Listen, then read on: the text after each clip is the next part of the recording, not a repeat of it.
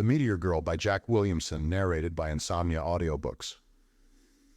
What's the good in Einstein, anyhow? I shot the question at lean young Charlie King. In a moment, he looked up at me. I thought there was pain in the back of his clear brown eyes, lips closed in a thin white line across his wind-tanned face. Nervously, he tapped his pipe on the metal cowling of the Golden Gull's cockpit. I know that space is curved, that there is really no space or time, but only space-time, that electricity and gravitation and magnetism are all the same. But how is that going to pay my grocery bill or yours? That's what Virginia wants to know. Virginia Randall? I was astonished. Why, I know we've been engaged a year, but she's called it off. Charlie looked into my eyes for a long minute, his lips still compressed. We were leaning on the freshly painted, streamlined fuselage of the Golden Gull, as neat a little amphibian monoplane as ever made, 300 miles an hour. She stood on the glistening white sand of our private landing field on the eastern Florida coast. Below us, the green Atlantic was running in white foam on the rocks. In the year that Charlie King and I had been out of the Institute of Technology, we had built the nucleus of a commercial airplane business. We had designed and built here in our own shops several very successful seaplanes and amphibians. Charlie's brilliant mathematical mind was of the greatest aid, except when he was too far lost in his abstruse speculations to descend to things commercial. Mathematics is painful enough to me when it is used in calculating the camber of an airplane wing. And pure mathematics, such as the theories of relativity and equivalence, I simply abhor. I was amazed. Virginia Randall was a girl trim and beautiful as our shining Golden Gull. I had thought them devotedly in love and had been looking forward to the wedding. But it isn't 2 weeks since Virginia was out here. You took her up in our Western Gull 4. Nervously, Charlie lit his pipe, drew quickly on it. His face, lean and drawn beneath the flying goggles, pushed up on his forehead, sought mine anxiously. I know. I drove her back to the station. That was when we quarreled. But why about Einstein? That's silly. She wanted me to give it up here and go in with her father in his Wall Street brokerage business. The old gen is willing to take me and make a businessman of me. Why, I couldn't run the business without you, Charlie. We talked about that, Hammond. I don't really do much of the work, just play around with the mathematics and leave the models and blueprints to you. Oh, Charlie, that's not quite. It's the truth, right enough, he said bitterly. You design aircraft and I play with Einstein. And as you say, a fellow can't eat equations. I'd hate to see you go, and I'd hate to give up you and our business and the math. Really no need of it. My tastes are simple enough. And old ironclad Randall has made all one family needs. Virginia's not exactly a pauper herself. 2 or 3 millions, I think. And where did Virginia go? She took the Valhalla yesterday at San Francisco, going to join her father at Panama. He cruises about the world in his steam yacht, you know, and runs Wall Street by radio. I was to telegraph her if I changed my mind. I decided to stick to you, Hammond. I telegraphed a corsage of orchids and sent her the message, Einstein forever. If I know Virginia, those were not very politic words. Well, a man. His words were cut short by a very unusual incident. A thin, high scream came suddenly from above our neat stuccoed hangars at the edge of the white field. I looked up quickly to catch a glimpse of a bright object hurtling through the air above our heads. The bellowing scream ended abruptly in a thunderous crash. I felt a tremor of the ground underfoot. What? I ejaculated. Look! Cried Charlie. He pointed. I looked over the gleaming metal wing of the Golden Gull to see a huge cloud of white sand rising like a fountain at the farther side of the level field. Deliberately, the column of debris rose, spread, rained down, leaving a gaping crater in the earth. Something fell. It sounded like a shell from a big gun, except that it didn't explode. Let's get over and see. We ran to where the thing had struck, 300 yards across the field. We found a great funnel-shaped pit torn in the naked earth. It was a dozen yards across, 15 feet deep, and surrounded with a powdery ring of white sand and pulverized rock. Something like a shell hole, I observed. I've got it, Charlie cried. It was a meteor. A meteor? So big? Yes, lucky for us it was no bigger. If it had been like the one that fell in Siberia a few years ago or the one that made the Winslow crater in Arizona, we wouldn't have been talking about it. Probably we have a chunk of nickel iron alloy here. I'll get some of the men out here with digging tools and we'll see what we can find. Our mechanics were already hurrying across the field. I shouted at them to bring picks and shovels. In a few minutes, 5 of us were at work throwing sand and shattered rock out of the pit. Suddenly I noticed a curious thing. A pale bluish mist hung in the bottom of the pit. It was easily transparent, no denser than tobacco smoke. Passing my spade through it did not seem to disturb it in the least. I rubbed my eyes doubtfully, said to Charlie, "So, do you see a sort of blue haze in the pit?" He peered. No, yes, I do. Funny thing, kind of a blue fog, and the tools cut right through it without moving it. Queer. Must have something to do with the meteor." He was very excited. We dug more eagerly. An hour later, we had opened the hole to a depth of 20 feet. Our shovels were clanging on the gray iron of the rock from space. The mist had grown thicker as the excavation deepened. We looked at the stone through a screen of motionless blue fog. We had found the meteor. There were several queer things about it. The first man who touched it, a big Swede mechanic named Olson, was knocked cold, as if by a nasty jolt of electricity. It took half an hour to bring him to consciousness as fast as the rugged iron side of the meteorite was uncovered. A white crust of frost formed over it. It was as cold as outer space, nearly at the absolute zero, Charlie explained, and it was heated only superficially during its quick passage through the air, but how it comes to be charged with electricity I can't say. He hurried up to his laboratory behind the hangars, where he had equipment ranging from an astronomical telescope to a delicate seismograph. He brought back as much electrical equipment as he could carry. He had me touch an insulated wire to the frost-covered stone from space, while he put the other end to one post of a galvanometer.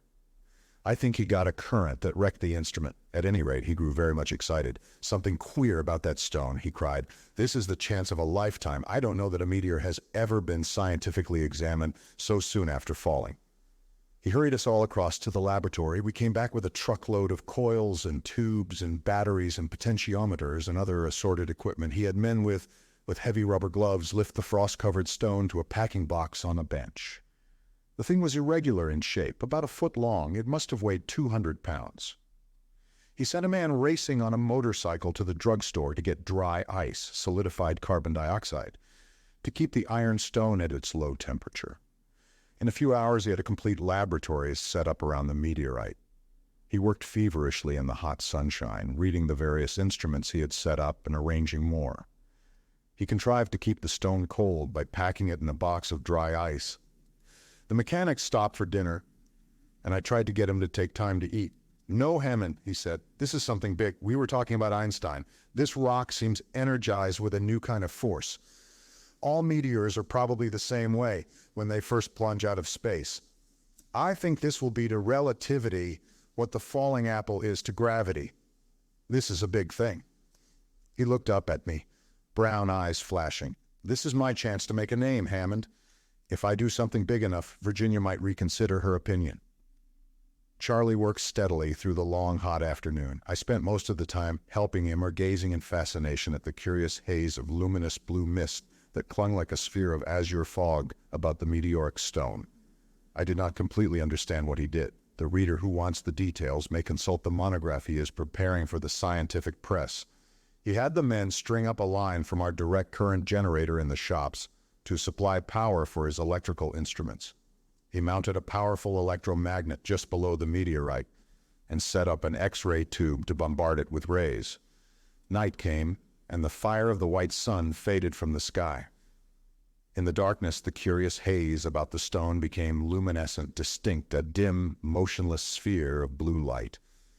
I fancied that I saw grotesque shapes flashing through it. A ball of blue fire, shimmering and ghost-like, shrouded the instruments. Charlie's induction coil buzzed wickedly, with purple fire playing about the terminals. The X-ray tube flickered with a greenish glow.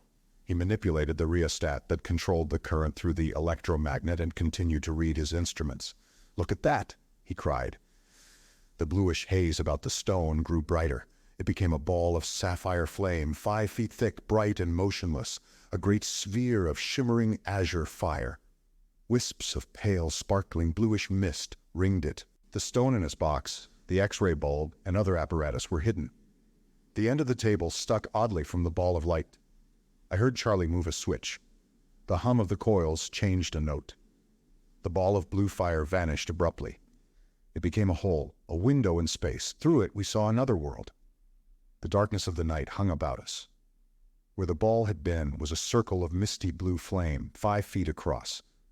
Through that circle, I could see a vast expanse of blue ocean, running in high white-capped rollers, beneath a sky overcast with low gray clouds. It was no flat picture like a movie screen. The scene had vast depth. I knew that we were really looking over an infinite expanse of stormy ocean. It was all perfectly clear, distinct, real. Astounded, I turned to find Charlie standing back and looking into the ring of blue fire with a curious mixture of surprise and delighted satisfaction. What, I gasped. It's amazing, wonderful, more than I had dared hope for. The complete vindication of my theory. If Virginia cares for scientific reputation, but what is it? It's hard to explain without mathematical language. You might say that we are looking through a hole in space. The new force in the meteorite, amplified by the X-rays and the magnetic field, is causing a distortion of space-time coordinates. You know that a gravitational field bends light. The light of a star is deflected in passing the sun. The field of this meteorite bends light through space-time, through the four-dimensional continuum. That scrap of ocean we can see may be on the other side of the Earth. I walked around the circle of luminous smoke with the marvelous picture in the center. It seemed that the window swung with me. I surveyed the whole angry surface of that slate-gray, storm-beaten sea to the misty horizon. Nowhere was it broken by land or ship. Charlie fell to adjusting his rheostat and switches. It seemed that the gray ocean moved swiftly beyond the window. Vast stretches of it raced below our eyes. Faint black stains of steamer smoke appeared against the blue-gray horizon and swept past. Then land appeared, a long green-gray line. We had a flash of a long coast that unreeled in endless panorama before us. It was such a view as one might get from a swift airplane, a plane flying thousands of miles per hour. The Golden Gate flashed before us with the familiar skyline of San Francisco rising on the hills behind it. "San Francisco," Charlie cried. "This is the Pacific we've been seeing. Let's find the Valhalla. We might be able to see Virginia." The coastline vanished as he manipulated his instruments. Staring into the circle of shining blue mist, I saw the endless ocean racing below us again. We picked up a pleasure yacht running under bare poles. "I didn't know there was such a storm on," Charlie murmured. Other vessels swam past below us, laboring against heavy seas. Then we looked upon an ocean whipped into mighty, white-crowned waves. Rain beat down in sheets from low, dense clouds. Vivid violet lightnings flashed before us. It seemed very strange to see such lightning and hear not the faintest whisper of thunder, but no sound came from anything we saw through the blue-rimmed window in space. "I hope the Valhalla isn't in weather like this," cried Charlie. In a few minutes, a dark form loomed through the wind-riven mist. Swiftly it swam nearer, became a black ship. "Only a tramp," Charlie said, breathing a sigh of relief. It was a dingy tramp steamer, her superstructure wrecked. Her fires seemed dead. She lay across the wind, rolling sluggishly, threatening to sink with every monstrous wave. We saw no living person aboard her. She seemed a sinking derelict. We made out the name Roma on her side. Charlie moved his dials again. In a few minutes, the slender prow of another great steamer came through the sheets of rain. It was evidently a passenger vessel. She seemed limping along, half-wrecked, with mighty waves breaking over her rail. Charlie grew white with alarm. "The Valhalla!" he gasped. "And she's headed straight for that wreck." In a moment, as he brought the liner closer below our blue-rimmed window, I, too, made out the name. The wet, glistening decks were almost deserted. Here and there, a man struggled futilely against the force of the storm. In a few minutes, the drifting wreck of the Roma came into our view, dead ahead of the limping liner.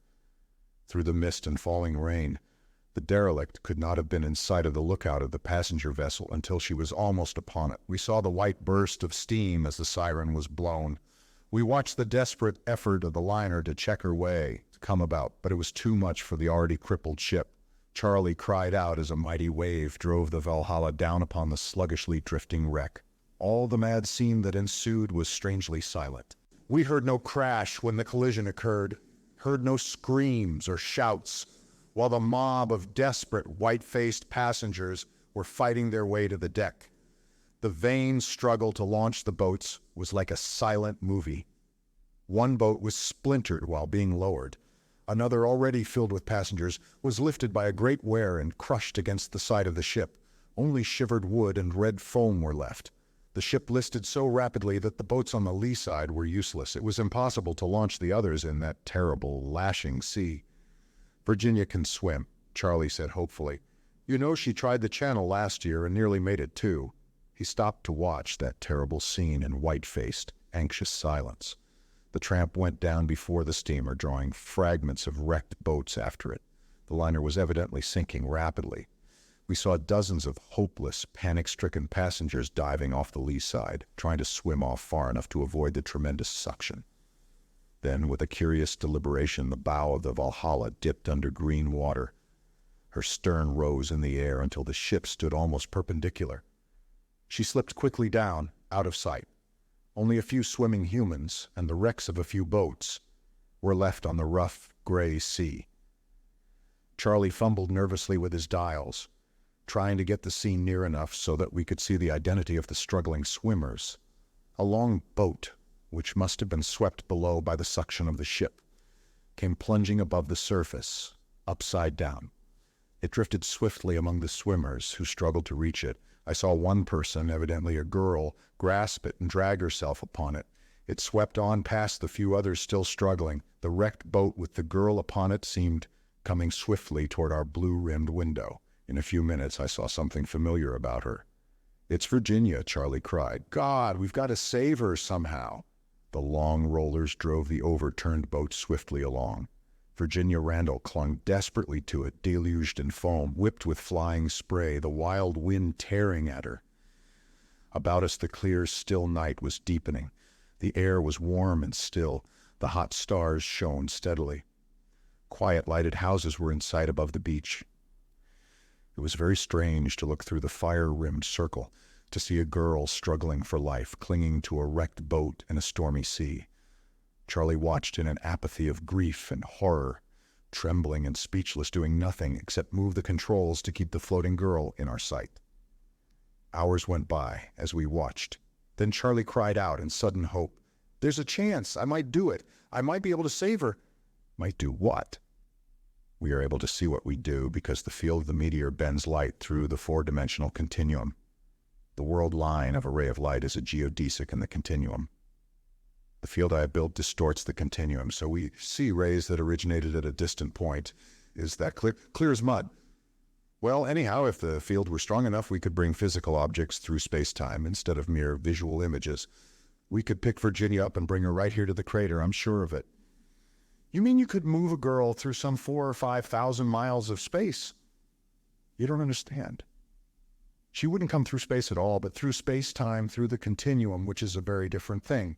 She is 4,000 miles away in our three-dimensional space, but in space-time, as you see, she's only a few yards away. She's only a few yards from us in the fourth dimension. If I can increase the field a little, she will be drawn right through.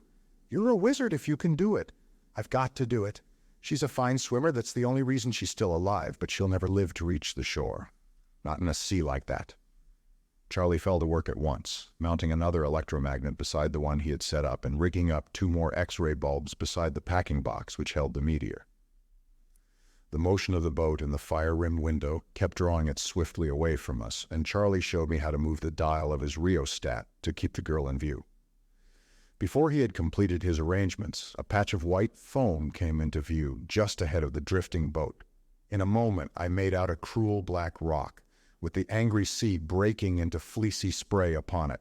The boat was almost upon it, driving straight for it. Charlie saw it and cried out in horror. The long black hull of the splintered boat, floating keel upward, was only a few yards away. A great white-capped breaker lifted it and hurled it forward, with the girl clinging to it. She drew herself up and stared in terror at the black rock, while another long, surging roller picked up the boat and swept it forward again. I stood, paralyzed in horror, while the shattered boat was driven full upon the great rock. I could imagine the crash of it, but it was all as still as a silent picture. The boat, riding high on a crest of white foam, smashed against the rock and was shivered to splinters. Virginia was hurled forward against the slick, wet stone. Desperately, she scrambled to reach the top of the boulder. Her hands slipped on the polished rock. The wild sea dragged at her.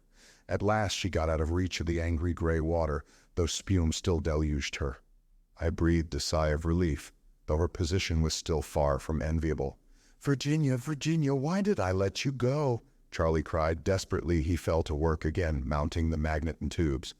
Another hour went by while I watched the shivering girl on the rock. Bobbed hair, wet and glistening, was plastered close against her head, and her clothing was torn half off. She looked utterly exhausted. It seemed to take all her ebbing energy to cling to the rock against the force of the wind and the waves that dashed against her. She looked cold, blue, and trembling. The water stood higher. "The tide is rising," Charlie exclaimed. "It will cover the rock pretty soon.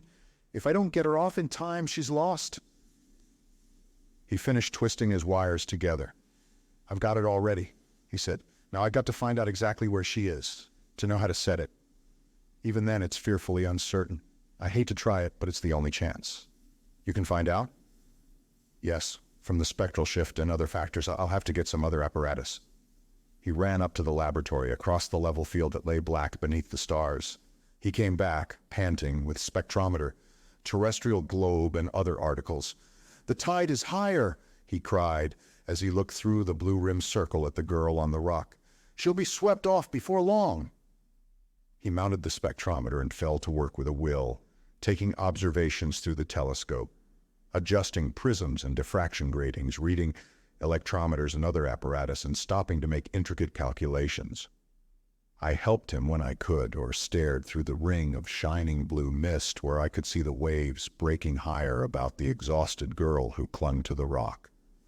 Clouds of wind-whipped spray often hid her from sight. I knew that she would not have the strength to hold on much longer against the force of the rising sea.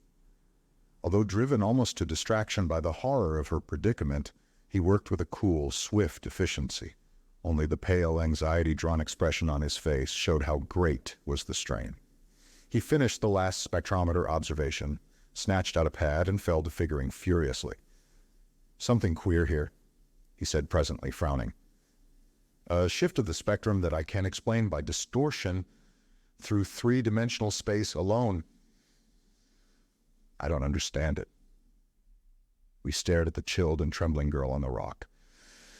"I'm almost afraid to try it. What if something went wrong?" He turned to the terrestrial globe he had brought down and traced a line over it. He made a quick calculation on his pad, then made a fine dot on the globe with the pencil point. "Here she is, on a rock some miles off Point Eugenia, on the coast of the Mexican state of Lower California. Most lonely spot in the world, no chance for a rescue. We must—" "God!" he screamed in sudden horror. "Look!" I looked through the blue-ringed window and saw the girl. Green water was surging about her waist. It seemed that each wave almost tore her off. Then I saw that she was struggling with something. A great coiling tentacle, black and leathery and glistening, was thrust up out of the green water. It wavered deliberately through the air and grasped at the girl. She seemed to scream, though we could hear nothing. She beat at the monster, weakly, vainly. "She's gone," cried Charlie. "An octopus," I said. "A giant cuttlefish." Virginia made a sudden fierce effort. With a strength that I had not thought her chill limbs possessed, she tore away from the dreadful creature and clambered higher on the rock. But still a hideous black tentacle clung about her ankle, tugging at her, drawing her back despite her desperate struggle to break free. "I've got to try it," Charlie said, determination flashing in his eyes. "It's a chance." He closed a switch. His new coils sung out above the old one. X-ray tubes flickered beside the blue fire that ringed the window. He adjusted his rheostats and closed the circuit through the new magnet. A curtain of blue flame was drawn quickly between us and the round, fire-rimmed window. A huge ball of blue fire hung about the meteorite and the instruments. For minutes it hung there, while Charlie, perspiring, worked desperately with the apparatus. Then it expanded, became huge. It exploded noiselessly in a great flash of sapphire flame, then vanished completely. Meteor bench and apparatus were gone. In the light of the stars, we could make out the huge crater the meteorite had torn, with a few odds and ends of equipment scattered about it. But all the apparatus Charlie had set up, connected with the meteoric stone, had disappeared. He was dumbfounded, staggered with disappointment. "Virginia, Virginia," he called out in a hopeless tone. "No, she isn't here. It didn't draw her through. I failed, and we can't even see her anymore." Desperately, I searched for consolation for him. "Maybe the octopus won't hurt her," I offered. "They say that most of the stories of their ferocity are somewhat exaggerated." "If the monster doesn't get her, the tide will," he said bitterly. "I made a miserable failure of it, and I don't know why I can't understand it. Apathetically, he picked up his pad and held it in the light of his electric lantern. Something funny about this equation.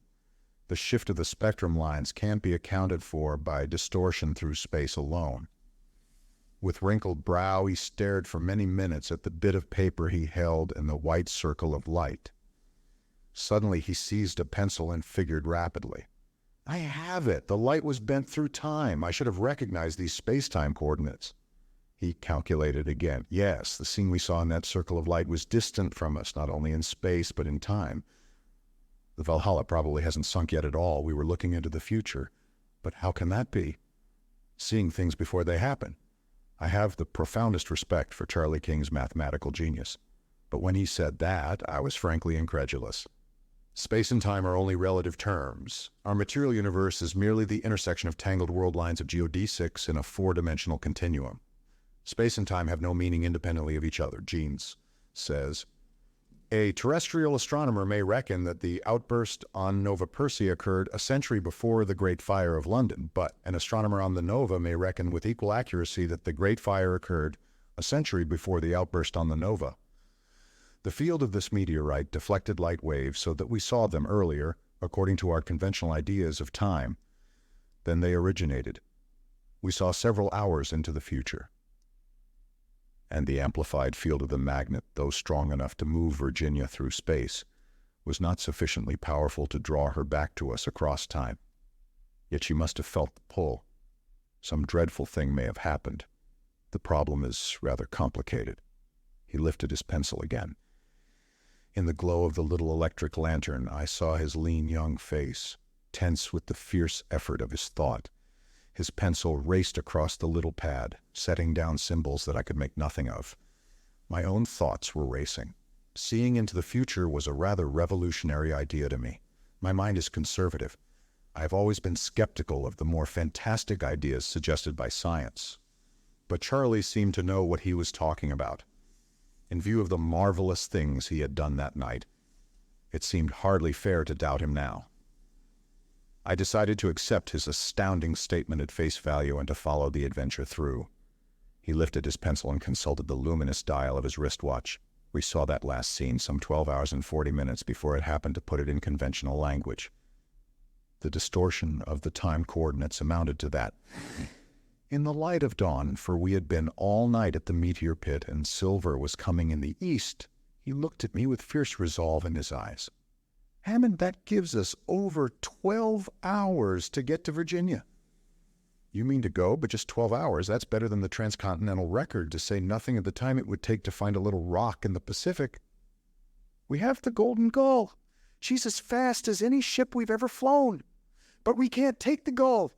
Those alterations haven't been made. And that new engine, a Bearcat for power, but it may go dead any second. The Gull can fly, but she isn't safe. Safe to be damned. I've got to get to Virginia and get there in the next 12 hours. The Gull will fly, but all right, please help me get off. Help you off. It's a fool thing to do, but if you go, I do. Thanks, Hammond. Awfully. He gripped my hand. We've got to make it. With a last glance into the gaping pit from which we had dug the marvelous stone, we turned and ran across to the hangars. As we ran, the sun came above the sea in the east. Its first rays struck us like a fiery lance. The mechanics had not yet appeared. Charlie pushed the doors back, and we ran out, the trim little Golden Gull, beautiful with her slender wing and her graceful tapering lines. I seized the starting crank, and Charlie sprang into the cockpit. I cranked until the mechanism was droning dismally and pulled the lever that engaged it with the engine. I'd been in too much haste to get up the proper speed, and the powerful new engine failed to fire. Charlie almost cried with vexation while I was cranking again. This time the motor coughed and fell into a steady, vibrant roar. With the wind from the propeller screaming about me, I disengaged the crank and stood waiting while the motor warmed. Charlie gave it scant time to do so before he motioned me to kick out the blocks. I tumbled into the enclosed cockpit beside him. He gave the ship the gun, and we roared across the field. In 5 minutes, we were flying west at a speed just under 300 miles per hour. Charlie was crouched over the stick, scanning the instrument board and flying the Gull almost at her top speed. Again and again his eyes went to the little clock on the panel. "12 hours and 40 minutes, he said, "and an hour gone already. We've got to be there by 5 minutes after 6. We were flying over Louisiana when the oil line clogged. The engine heated dangerously. Reluctantly, Charlie cut off the ignition and fell in a swift spiral to an open field. "We've got to fix it," he said. "Another hour gone, and we need it every minute. This new engine, it's powerful enough, but we should have had time to overhaul it and make those changes."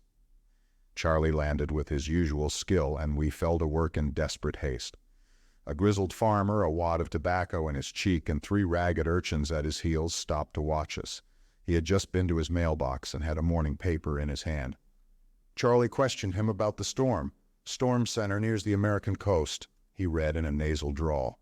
"Greatest storm of year drives shipping upon west coast. 6 vessels reported lost. SS Valhalla disabled, sends SOS. 1,000 lives are the estimated toll tonight of the most terrific storm of the year, which is sweeping toward the Pacific coast, driving all shipping before it. Radiograms from the Valhalla at 5 p.m. report that she is disabled and in danger. It is doubtful that rescue vessels can reach her through the storm. We got the engine repaired, took off again." Charlie looked at the little clock. 5 minutes to 10. 8 hours and 10 minutes left, and we've got a darn long ways to go. We had to stop at San Antonio, Texas, to replenish gasoline and oil. 10 minutes lost, Charlie complained as we took off, and that monster waiting in the future to drag Virginia to a hideous death. 2 hours later, the plane developed trouble in the ignition system. The motor was new, with several radical changes that we had introduced to increase power and lessen weight. As I'd objected to Charlie, we had not done enough experimental work on it to perfect it. We limped into the field at El Paso and spent another priceless half hour at work. I got some sandwiches at a luncheon counter beside the field and listened a moment to a radio loudspeaker there. "Many thousands are dead," came the crisp, metallic voice of the announcer, "as a result of the storm now raging on the Pacific coast, the worst in several years. The storm center is spending its force on the coastal regions today. Millions of dollars in damage are reported in cities from San Francisco to Manzanillo, Mexico.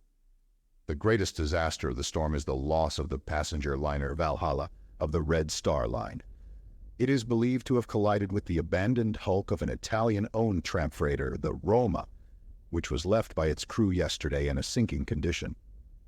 Radiograms from the liner ceased 3 hours ago when she was said to be sinking. The officers doubted that her boats could be launched in such a sea." I waited to hear no more. Charlie checked our route while we were stopped, and we took off.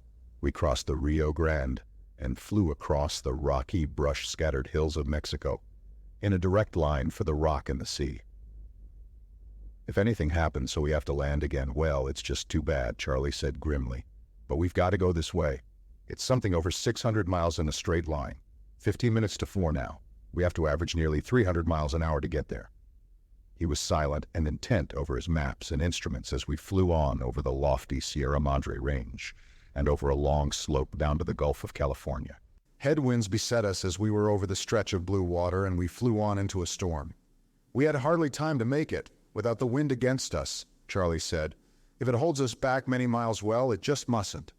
Purple lightning flickered ominously in the mass of blue storm clouds that hung above the mountainous peninsula of Lower California. I had a qualm about flying into it in our untested machine. But Charlie leaned tensely forward and sent the Golden Gull on at the limit of her speed. Gray vapor swirled about us, rent with livid streaks of lightning. Thunder crashed and rumbled above the roar of our racing engine. Wild winds screeched in the struts. Rain and hail beat against us. The plane rose and fell. She was swirled about like a falling leaf. The stick struggled in Charlie's hands like a living thing. With lips tightened to a thin line, he fought silently, fiercely, desperately. Suddenly we were sucked down until I had an uneasy feeling at the pit of my stomach. I saw the grim outline of a bare mountain peak dangerously close below us, shrouded in wind-whipped mist. In sudden alarm I shouted, "We'd better get out of this, Charlie. We can't live in it long." In the roar of the storm he did not hear me, and I shouted again. He turned to face me after a glance at the clock. "We've less than an hour, Hammond. We've got to go on." I sank back in my seat. The plane rolled and tossed until I thanked my lucky stars for the safety strap. In nervous anxiety, I watched Charlie bring the ship up again and fight his way on through the storm. For an eternity, it seemed, we battled through a chaos of wind-driven mist, bright with purple lightning and shaken with crashing thunder. Charlie struggled with the controls until he was dripping with perspiration. He must have been utterly worn out after 36 hours of exhausting effort. A dozen times I despaired of life. The compass had gone to spinning crazily. We dived through the rain until we could pick up landmarks below. 3 times a great bare peak loomed suddenly up ahead of us, and Charlie averted collision only by zooming suddenly upward. Then slate-gray water was beneath us, running in white-crested mountains. I knew that we were at last out over the Pacific. "We've passed Point Eugenia," Charlie said. "It can't be far now, but we have only 15 minutes left. 15 minutes to get to her before the attraction of that meteor jerks her away, perhaps to a horrible fate." We flew low and fast over the racing waves. Charlie looked over his charts and made a swift calculation. He changed our course a bit, and we flew on at top speed. We scanned the vast, mad expanse of sea below the blue-gray clouds. Here and there were lines of white breakers, but nowhere did we see a rock with a girl upon it. Presently, the green outline of an island appeared out of the wild water on our right. "That's Del Tiburon," Charlie said. "We missed the rock." He swung the plane about, and we flew south over the hastening waves. I looked at the little clock. It showed 2 minutes to 6. I turned to Charlie. 7 minutes, he whispered grimly. On and on we flew in a wide circle. The motor roared loud. An endless expanse of racing waves unreeled below us. The little hand crawled around the dial. 1 minute past 6, only 4 minutes to go. We saw a speck of white foam on the mad gray water. It was miles away, almost on the horizon. We plunged toward it, motor bellowing loud. 5 miles a minute we flew. The white fleck became a black rock smothered in snowy foam. On we swept and over the rock with bullet-like speed. As we plunged by, I saw Virginia's slender form, tattered, brine-soaked, straggling in the hideous tentacles of the monster octopus. It was the same terrible scene that we had viewed through the amazing phenomenon of distortion of light through space-time, 4,000 miles away, and 12 hours before. In a few minutes the time would come when Charlie had ended our view of the scene by his attempt to draw the girl through the 4th dimension to our apparatus in Florida. What terrible thing might happen then? Charlie brought the ship about so quickly that we were flung against the sides. Down we came, toward the mad waves in a swift glide. In sudden apprehension, I dropped my hand on his shoulder. "Man, you can't land in a sea like that.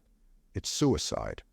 Without a word, he shook off my hand and continued our steep glide toward the rock. I drew my breath in apprehension of a crash. I do not blame Charlie for what happened. He is as skillful a pilot as I know. It was a mad freak of the sea that did the thing. The gray waste of mountainous, white-crested waves rose swiftly up to meet us, with the rock, with the girl, clinging to it just to our right. The Golden Gull struck the crest of a wave, buried herself in the foam, and plunged down the long slope to the trough. We rose safely to the crest of the oncoming roller, and I saw the black outline of the rock, not a dozen yards away. Charlie had landed with all his skill. It was not his fault that the blustering wind caught the ship as she reached the crest of the wave and flung her sidewise toward the rock. It is no fault of his that the white-capped mountain of racing green water completed what the wind had begun and hurled the frail plane crashing on the rock. I have a confused memory of the wild plunge at the mercy of the wave, of my despair as I realized that we were being wrecked. I must have been knocked unconscious when we struck. The next I remember, I was opening my eyes to find myself on the rock, Charlie's strong arm on my shoulder. I was soaked with icy brine, and my head was aching from a heavy blow. Virginia, shivering and blue, was perched beside us. I could see no sign of the plane. The mighty sea had swept away what was left of it. Clinging to the lee side of the rock, I saw the black tentacles of the giant octopus waiting for a wave to dash us to its mercy. "All right, Hammond?" Charlie inquired anxiously. "I'm afraid you got a pretty nasty bump on the head, about all I could do to fish you out before the gull was swept away." He helped me to a better position to withstand the force of the great roller that came plunging down upon us like a moving mountain. Virginia was in his arms, too exhausted to do more than cling to him. "What can we do?" I sputtered, shaking water from my head. "Not a thing. We're in a pretty bad fix, I imagine. In a few seconds we will feel the attraction of the meteor's field, the force with which I tried to draw Virginia to the crater through the 4th dimension. I don't know what will happen. We may be jerked out of space altogether. And if that doesn't get us the tide, and the octopus will." His voice was drowned in the roar of the coming wave. A mountain of water deluged us. Half drowned, I clung to the rock against the mad water. Then blinding blue light flashed about me. A sharp crash rang in my ears like splintering glass. I reeled and felt myself falling headlong. I brought up on soft sand. I sat up, dumbfounded, and opened my eyes. I was sitting on the steep, sandy side of a conical pit. Charlie and Virginia were sprawled beside me, looking as astonished as I felt. Charlie got to his knees and lifted the limp form of the girl in his arms. Something snapped in my brain. The sand-walled pit was suddenly familiar. I got to my feet and clambered out of it. I saw that we were on our own landing field. Astonishingly, we were back in the meteor crater. Charlie's vanished apparatus was scattered about us. I saw the gray side of the rough iron meteorite itself, half buried in the sand at the bottom of the pit. What happened?" I demanded of Charlie. "Don't you see? Simple enough. I should have thought of it before. The field of the meteorite brought Virginia and us through to this point in space, but it could not bring us back through time. Instead, the apparatus itself was jerked forward through time. That is why it vanished. We got here just 12 hours and 40 minutes after I closed the switch. Since we had been looking that far into the future, the mathematical explanation—" "That's enough for me," I said hastily. "We better see about a warm, dry bed for Virginia and some hot soup or something." Now the rough gray meteorite in a neat glass case rests above the mantel in the library of a beautiful home where I am a frequent guest. I was there one evening, a few days ago, when Charlie King fell silent in one of his fits of mathematical speculation. "Einstein again?" I chaffingly inquired. He raised his brown eyes and looked at me. "Hammond, since relativity enabled us to find the Meteor Girl, you ought to be convinced." Virginia, whom her husband calls the Meteor Girl, came laughingly to the rescue. "Yes, Mr. Hammond, what do you think of Einstein now?"